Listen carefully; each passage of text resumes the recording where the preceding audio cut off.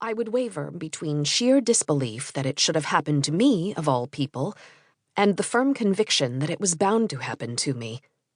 I'd had it coming to me since I had climaxed alone in bed, aged 14, and had frequently repeated the experience, despite prayers to the Holy Virgin and a string of other saints, entertaining fantasies that I was a whore.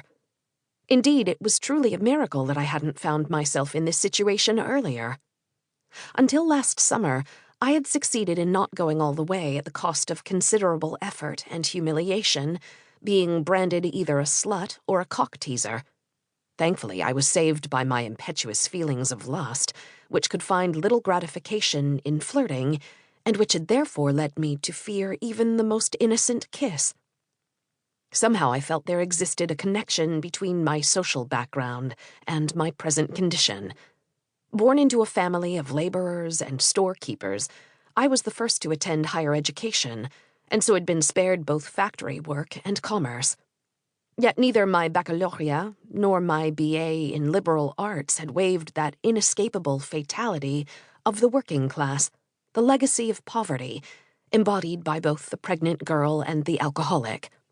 My ass had caught up with me, and the thing growing inside me I saw as the stigma of social failure.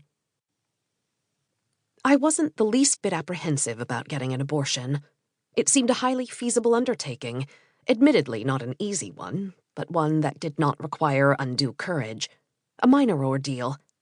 All I needed to do was follow in the footsteps of the myriad women who had preceded me. Since my early teens, I had gleaned many stories of abortions, taken from novels or inspired by local gossip, through hushed conversations. I had acquired some vague idea about which methods to use: a knitting needle, parsley stalks, injections of soapy water, or violent horse rides, the ideal solution being to find a quack doctor or a backstreet abortionist. Both charged extremely high fees, although I had no idea how much. The previous year, a young divorcee had told me that a doctor from Strasbourg had rid her of a child, sparing me the details except it was so painful I was clinging to the washbowl. I, too, was prepared to cling to the washbowl. Little did I know it could cost me my life. 3 days after tearing up the pregnancy certificate, as I was leaving the university buildings, I ran into Gentil, a married student with a steady job whom I had helped out 2 years earlier by sharing my notes of a lecture on Victor Hugo. His impassioned speech and revolutionary views appealed to me. We went and had a drink at the Café Métropole opposite the train station. At one point I hinted that I was pregnant, possibly because I thought he might offer to help me. I knew he belonged to a vaguely underground movement supporting free contraception and birth control, and hoped his activities might prove useful. His face instantly took on an intrigued, thrilled expression, as though he could picture me with my legs wide apart, my vagina exposed. He may also have been amused by the sudden change from model student to desperate girl. He asked me who the father was and how long I'd been pregnant. He was the first person to whom I had mentioned my condition. Although he could offer no solution in the immediate future, the interest he showed was strangely comforting.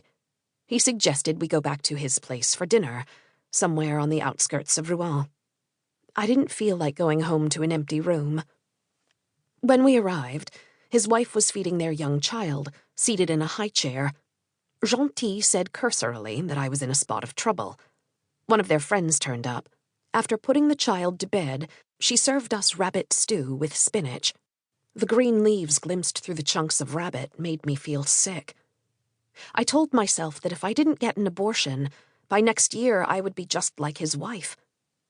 After dinner, she and the friend left to pick up some equipment for the grade school where she taught, and I began washing the dishes with Gentil.